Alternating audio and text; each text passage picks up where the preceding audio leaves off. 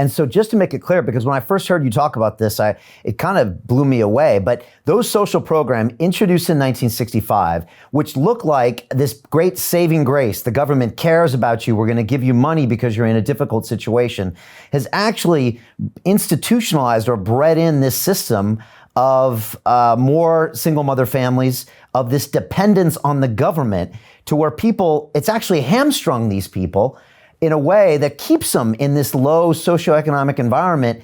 And it's crazy when you actually look at it again through the matrix, you're like, oh my gosh, it's almost destined these people to a lifetime or an infinite future of marginalism and poverty because they continue to accept this small check every month, and any behavior to the contrary means it gets taken away. You know, and Brian, it's one thing for rich guys like you and me to talk about this, but what do the poor people think about the welfare state? They say the same thing you and I are.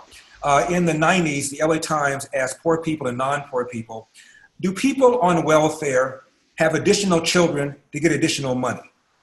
Of the non-poor people, most of them said no. They probably thought it was insulting. However, of the poor people, 64% of them said yes.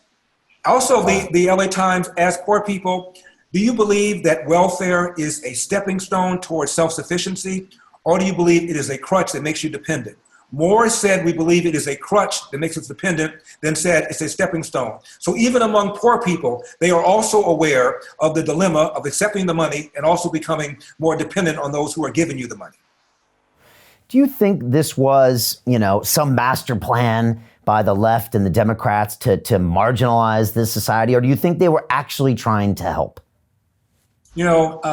Many of my friends on the conservative side believe there was some sort of master plan that the left kind of twirled a mustache and said, ha, ha, ha, I'll get these people. No.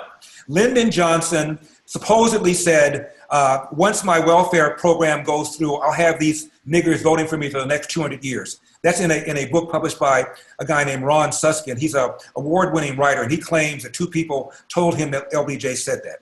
But LBJ also gave many, many speeches in which he talked about the goal of the Great Society, which was to make people more self-sufficient, make people more independent. And certainly those around him assumed that was going to happen. No, they were just naive. These were just social engineers like Obama, who sits there and come up with these cockamamie schemes to make things better. Let me give you a couple ones that Obama did that they never talk about. Supposedly, Obama turned around the economy. Actually, if Obama had done nothing, the economy would have turned around better.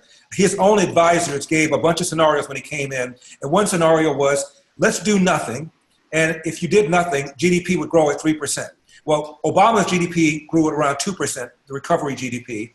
And the difference between 2% and 3% is 1 million jobs per year times the length of the recovery. So if Obama had done nothing based upon his own projections, there would have been 7 million more jobs. But then they did projections based upon all the wonderful things he was going to do, Obamacare, stimulus, all this stuff. They assumed that the GDP was going to grow at over 4%.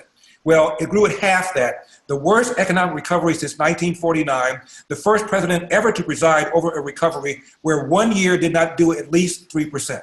It made things worse. Now, do you remember cars for clunkers?